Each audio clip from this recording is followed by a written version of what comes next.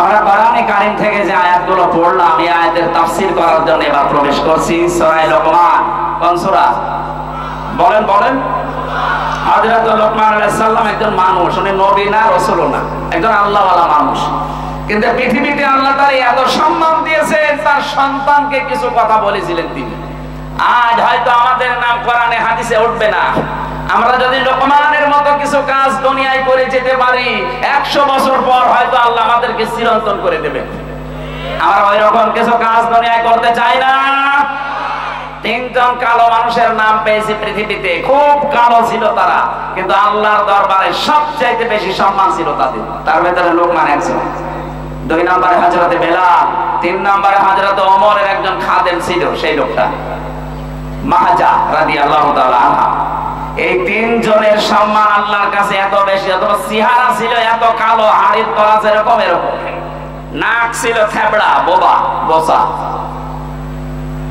চুলগুলো ছিল উস্কো খুস্কো, কাপড় চোপড় উন্নত না।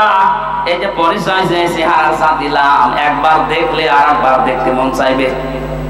গতকালকে এখানে যিনি আলোচনা করেছেন কি হুজুর যেন বর্ধমানে নাকি, ওনাকে আজকে দেখা হলো, আমার সাথে ওনার যে চেহারা ফটকা ফটকা কি যেন উঠেছে, ওনার যে চেহারা তত সুন্দর আছে। হযরতে বেলাল এত কালো ছিলেন, এত কালো ছিলেন, তার চেহারা একবার দেখলে আর একবার দেখতে মন চাইতো না, এত কালো। অথচ আল্লাহ পাক এত সম্মান তাকে দিয়েছেন। হযরত লোকমানকে এত সম্মান দিয়েছেন, পুরা কোরআন শরীফে লোকমান নামে একটা সূরা আল্লাহ নাযিল করে দিয়েছেন। বলেন সুবহানাল্লাহ।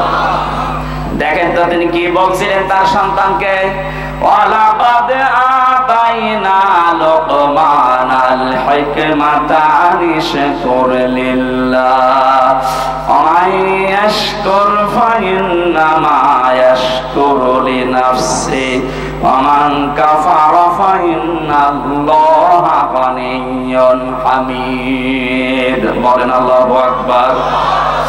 আল্লাহ বলেন আমি লোকমানকে হিকমত দিয়েছি। আমার লোকমান আমার কাছ থেকে জ্ঞান, এই হিকমত পাওয়ার পরে আমি আল্লাহর শুকরিয়া আদায় করেছি। এজন্য জ্ঞান যখন আল্লাহর পক্ষ থেকে মানুষ পায় তখন নত হয়ে যায়, ছোট হয়, নিজেকে ছোট ভাবে, শুকরিয়া আদায় করে তার মালিকের। যে যত বেশি জ্ঞানী হবে তাকে আপনি তত বেশি নম্র দেখবেন। কারণ জানি আমি নেই থেকে হামজা হয়েছি, এ পর্যন্ত আসার পেছনে দুনিয়ার কারো ভূমিকা নেই, সব ভূমিকা কার? যখন বাবার স্ফলিঙ্গ দিয়ে দ্রুত গতিতে ওই নাপাক পানিটা বের হয়ে যায়, এ নাপাক পানি দিয়ে আল্লাহ 4টা জিনিস তৈরি করে, চুল, রগ, হাড় আর পর্দা। মায়ের রেহেমে যে নাপাক পানি আছে ওইটা দিয়ে আল্লাহ 4টা জিনিস তৈরি করে, রক্ত, গোশত, চর্বি আর চামড়া। 8টা জিনিস যখন এক হয়, আল্লাহ বলেন আমার রব নাম নিয়েছি, এ কারণে আমার বান্দাকে আরো 5টা জিনিস আমি দান করি, শ্রবণ শক্তি, দর্শন শক্তি, বাক শক্তি, আকেল শক্তি আর ঘ্রাণ শক্তি। 8, 5, 13টা জিনিস এক হয়, তখন ফেরেশতারা আমাকে জিজ্ঞাসা করে যে আল্লাহ এটা বানাবো কি, সেইটে নামে এ সিদ্ধান্ত দুনিয়ার কেউ দেওয়ার ক্ষমতা রাখে না, আমি আল্লাহ তখন বলেছি এটা কর।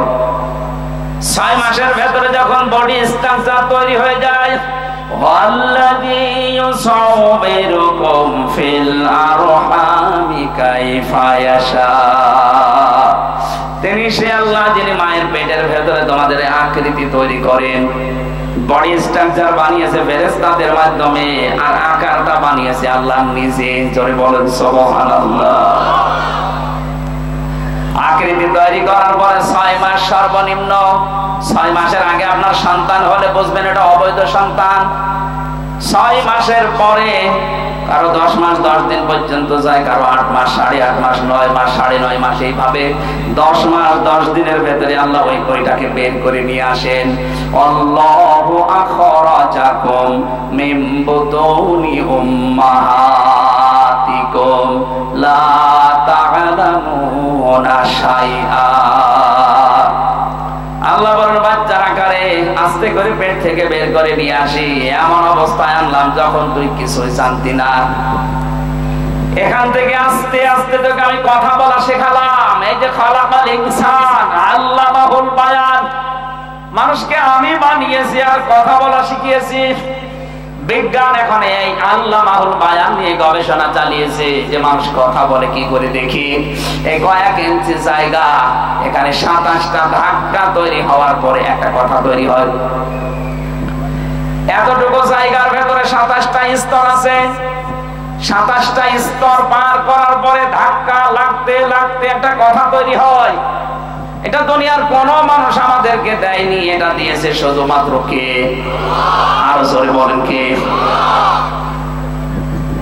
দুনিয়া যদি কিচ্ছু না পান, এই যে কথা বলতে পারেন, আপনি যদি তামাম দুনিয়ার সব জায়গায় সেজদা দিয়ে শেষ করে ফেলেন, তারপর এই কথা বলতে পারা এর নিয়ামতের শুকরিয়া শেষ হবে না। যে মানুষগুলো দেখতে পারেন বিশেষ করে, এটা যে কত বড় নিয়ামত। যারা দেখে না ওই মানুষগুলো টের পাচ্ছে দুনিয়া কি। অন্ধ মানুষের কাছে দুনিয়া আখিরাত সমান, কবরের মতো লাগে। কুমিল্লায় এক মাহফিলে আমার সাথে গন্ধ খাবার খাচ্ছিল, হঠাৎ বিদ্যুৎ চলে গেল। আমরা যারা চোখওয়ালা মানুষ আছি চিল্লাপাল্লা করছি। হঠাৎ পাশ থেকে অন্ধ আমার হাত চেপে ধরে বলছে, হুজুর মাত্র 1.5-2 মিনিট কারেন্ট চলে গেছে, আপনি চিল্লান। 42 বছর আমার জীবনে কারেন্ট নেই। 42টা বছর আমি দেখি না, আমি তো চিল্লালাম না। অন্ধ ওইদিন আমাকে আর একটা কথা জানিয়েছে, আপনারা যারা চোখওয়ালা মানুষ তো দিনের বেলা দেখেন, রাতের বেলা স্বপ্নে দেখলেও কিছু দেখতে পান। আমরা যারা স্বপ্নে অন্ধ মানুষ, দিনে তো দেখি না, রাতের বেলা যদি স্বপ্নেও দেখে কিছু দেখতে পায় না, শুধু আওয়াজ শুনি একটা। আপনি কি পেয়েছেন, টের পাচ্ছেন? আস্তে আস্তে কথা বলা শেখালাম, এরপরে তোর উপরে তুলতে লাগলাম। দুনিয়াতে যা কিছু চলতে লাগে আস্তে আস্তে আমি সব তোকে দিয়েছি, অথচ তোর উল্লেখ করার মতো কিছু ছিলি না। হালাতা আলাল ইনসানি হিনুম মিনাদ দাহরি লাম ইয়াকুম শাইআম মাযকুরা। মানুষের জীবনে কি এমন সময় অতিবাহিত হয়নি যখন সে উল্লেখ করার মতো হামজা ছিল না? নেই থেকে শুরু করে এ পর্যন্ত বানিয়ে চেয়ারে বসিয়ে দিলাম, আস্তে আস্তে করে এই পর্যায়ে তোরে নিয়ে আসলাম। তোরে যে জ্ঞান দিয়েছি, এই জ্ঞান যার যত বেশি থাকবে, এই মানুষকে আমি আল্লাহ শুকরিয়া আদায় করা তার জন্য তত সহজ হবে। কিন্তু বাংলাদেশে এইটা উল্টা, অনেক জ্ঞানী মানুষকে দেখা যায় আল্লাহ পর্যন্ত ভুল ধরে। জ্ঞানী মানুষ বলছে এই কারণে, এই যে যারা আমার রিমান্ডের দায়িত্বে ছিল সবগুলো বিসিএস ক্যাডার, কারণ কেউ এএসপি এর নিচে নেই, আর এএসপি হতে হলে অবশ্যই বিসিএস ক্যাডার হওয়া লাগে। এএসপি, ডিসি, এরপরে আছে আইসি, ডিআইসি, এরকম লেভেলের মানুষগুলো আসতো আমাদের কাছে। ওদের মুখের যে ভাষা, আর ওরা যে উল্টা পাল্টা কথা বলে আল্লাহকে নিয়ে, আল্লাহর ভুল ধরে, বলে না এটা আল্লাহ ঠিক হয়নি। জ্ঞান পাওয়ার পরে মানুষগুলো ছোট হবে, আরো নম্রতা ভদ্রতা প্রকাশ করবে না, ও মানুষগুলোর আরো বৃদ্ধি বাড়ে। আল্লাহ বলেন আমি লোকমানকেও জ্ঞান দিয়েছিলাম, ও জ্ঞান পাওয়ার পরে আমার শুকরিয়া আদায় করে মাথা নত করে দিয়েছে। অমাইয়াশকুর, যে ব্যক্তি শুকরিয়া আদায় করে, ফাইন্নামা ইয়াশকুরু লিনাফসি, সে জানে তার নিজের জন্য এটা আদায় করলো, তার নিজের জন্য এটা দরকার। আমি আল্লাহর জন্য শুকরিয়া আদায়ের দরকার নেই, কারণ আমি আল্লাহকে যদি ধন্যবাদ না জানাই, আমার যদি প্রশংসা না করে, আমার ক্ষমতা হারিয়ে যাবে, এরকম আমি না। কথা বলে না কেন?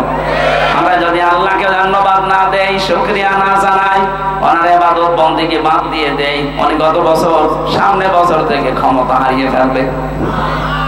এটা তো আমার নিজের জন্য দরকার। কোরআন শরীফের ভেতরে আমি 3টা বিষয় আলাদা আলাদা পেয়েছি, এই 3টা বিষয় একটু টাচ দেই, ভালো করে শুনবেন।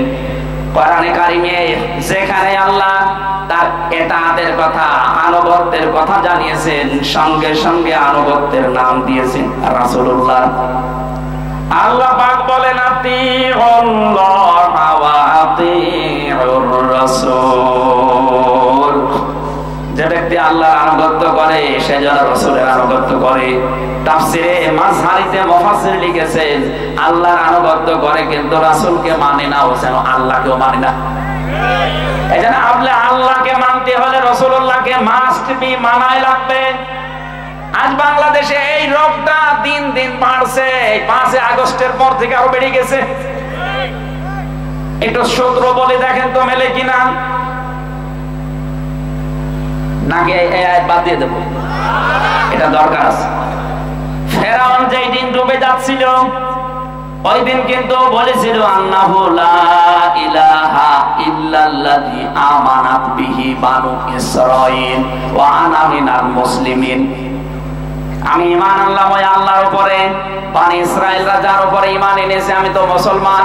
এরপরও ফেরেশতারা আমার পানির ভেতরে চুবাই কেন? আমি জবাব পেয়েছি তাফসিরে কয়েকটা। 1 নম্বরে ফেরাউন কিন্তু স্বীকৃতি দিয়েছিল আল্লাহর, কার? আরো জোরে বলেন। কিন্তু ওই জামানায় যিনি প্রেরিত পুরুষ ছিলেন, আল্লাহর পক্ষ থেকে নবী এবং রাসূল ছিলেন, তিনি হযরতে মূসা। কথা বলেন না কেন? তার স্বীকৃতি সে দেয়নি। ও যদি বলতো লা ইলাহা ইল্লাল্লাহ মূসা কালিমুল্লাহ, আল্লাহ ওই সময় মাফ করে দিত। তো কি করেছে? বিদ্রোহ, রিসালাতের ঘোষণাটা দেয়নি, ও শুধু দিয়েছে আল্লাহর একাত্মবাদের ঘোষণা যে আন্নাহু লা ইলাহা ইল্লা, আমি ঈমান আনলাম ওই আল্লাহর প্রতি, আমানাত বিহি বানু ইসরাঈল, যার উপরে বনি ইসরাঈলরা ঈমান এনেছে, আমি মুসলমান। আল্লাহ বলেন না, ও যেহেতু রিসালাতের ঘোষণা দেয় না, ঈমান আনার সাথে যেগুলো সম্পৃক্ত, 1 নম্বরে আল্লাহর একাত্মবাদের স্বীকৃতি দেওয়া, 2 নম্বরে রিসালাতের স্বীকৃতি দেওয়া, 3 নম্বরে আখিরাতে কিয়ামতে জবাব দিতে হবে, এই আচরণ তৈরি করা। কথা বলেন না কেন? আপনি আল্লাহ স্বীকৃতি দিয়েছেন, কিন্তু এই জামানার যিনি এখন প্রেরিত পুরুষ, শেষ নবী এবং রাসূল, তার নাম মুহাম্মাদুর। আজ বাংলাদেশে যারা নামাজ পড়েন, রোজা রাখেন, হজ করে আসেন, দান সাদকা করেন, এগুলো সব কার হুকুম?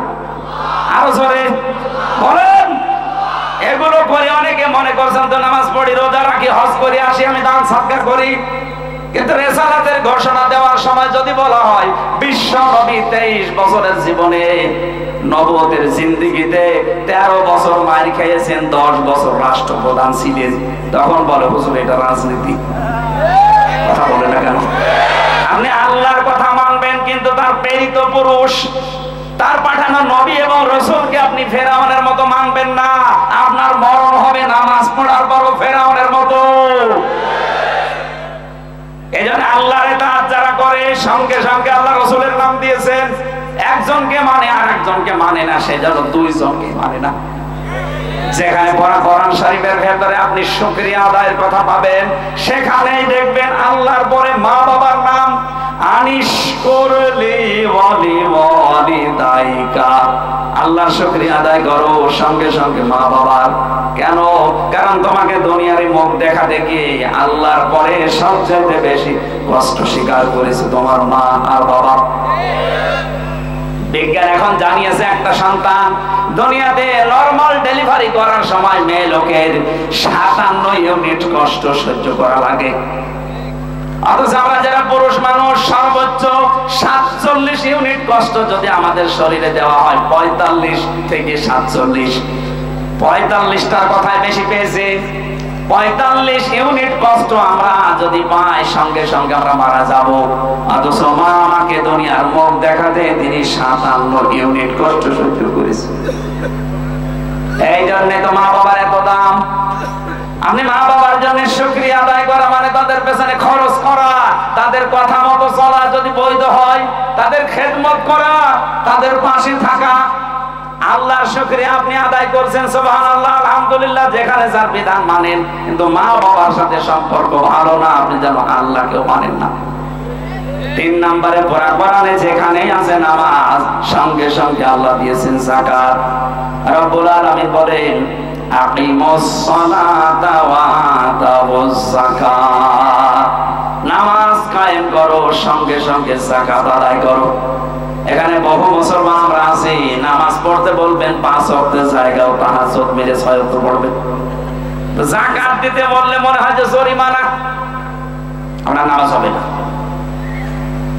এই যে একটা হাত, এখান থেকে সরে গিয়ে পর্যন্ত হাত, কেউ যদি এ পর্যন্ত ঢেকে রাখে, এ পর্যন্ত খালি রাখে, ও পুরা হাতে কাপড় দিয়েছে। কথা বলে না কেন?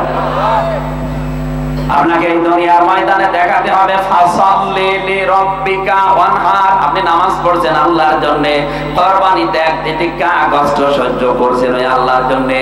আজ হাজারো মানুষের ভেতরে এটা নেই, নামাজ পড়তে রাজি আছে কিন্তু বাকিটা আছে যাকাত, বাকিটা আছে খরচ। এটা পড়লে দুনিয়ার কাজ মনে করে জরিমানা, না এটা পারবো না, আমি যেন নামাজ পড়েন না। হযরত লোকমানের জন্য জ্ঞান পাওয়ার পরেই তিনি নত হয়ে গেলেন আল্লাহর সামনে। আমরাও যারা সামনে জ্ঞান পাবো, কোরআনের জ্ঞান, হাদিসের জ্ঞান, দুনিয়ার জ্ঞান, সে যে জ্ঞানই অর্জন করি, আমাদের যেন এই আচরণ তৈরি হয় যে আমরা নত হয়ে যাব, বিনম্র হব, ছোট হব, শ্রদ্ধায় অবনত হব। কার কাছে? আরো জোরে বলে। আমরা শুকরিয়া আদায় করব আল্লাহর জন্য না আমার নিজের জন্য দরকার এটা। ওমান কাফারা ফাইন্নাল্লাহা গনিয়্যুন হামিদ। কোন মানুষ যদি অস্বীকার করে, কোন মানুষ যদি মুখ ফিরিয়ে চলে যায় এখান থেকে, আল্লাহ বলেন তোর প্রশংসা আমার লাগবে না, আমি নিজেই ধনী। আল্লাহ কি গরিব? আল্লাহুল গনিয়্যু ওয়া আনতুমুল ফুকারা। আল্লাহ বলেন পৃথিবীর সবাই গরিব ফকির, আমি আল্লাহ একমাত্র ধনী। জোরে বলেন সুবহানাল্লাহ। গরিব মানুষের কাছে যেহেতু ধনীদের কাছে ধারণা দেওয়া, সব চাইতে ধনী আমার আল্লাহ নিজে জানে। গনি নামটা তিনি নিয়েছেন। কাউকে যদি গনি বলে ডাকেন আপনার কিন্তু বলা হবে, বলা লাগবে আব্দুল গনি। পৃথিবীতে একমাত্র ধনীকে। আরো জোরে বলেন। বারবার চলতে ফিরতে আমাদের মুখ দিয়ে যেন এই শব্দটা আল্লাহ বের করে নেয়। বল লিল্লাহি মা ফিস সামাওয়াতি ওয়া মা ফিল আরদ। আসমান জমিনে যা আছে সব কার? তাহলে এগুলো আমাদের আয়ত্তে যতটুকু আছে, কারো 10 বিঘা, 5 বিঘা, 1 বিঘা, 2 কাঠা, এগুলো সব আমার না, এগুলো আমার আমানত। এই কথা বলে না কেন? এই বিশ্বাসটা যতদিন দৃঢ়ভাবে বদ্ধমূল না হবে, ততদিন আপনি ইবাদতে শান্তি পাবেন না। আপনি এটা দৃঢ়ভাবে বিশ্বাস করেন যে এগুলো আল্লাহর, কিন্তু আমার কাছে আমানত। আমানতের জিনিস আমার মন মতো খরচ করা যায় না, ওনাকে বলে জিজ্ঞাসা করে দেওয়া লাগে। সুতরাং আল্লাহ আমাকে আমানত দিয়েছে, আমানতের সঠিক ব্যবহার করে যেন আমি মারা যেতে পারি। আল্লাহ লোকমান আলাইহিস সালামের মতো দুনিয়ার ময়দানে এইভাবে শুকরিয়া আদায় করে বিশাল আখিরাত তৈরি করার তৌফিক দাও। আল্লাহুম্মা আমিন। লা ইলাহা ইল্লা আনতা সুবহানাকা ইন্নী কুনতু মিনাজ জালিমিন।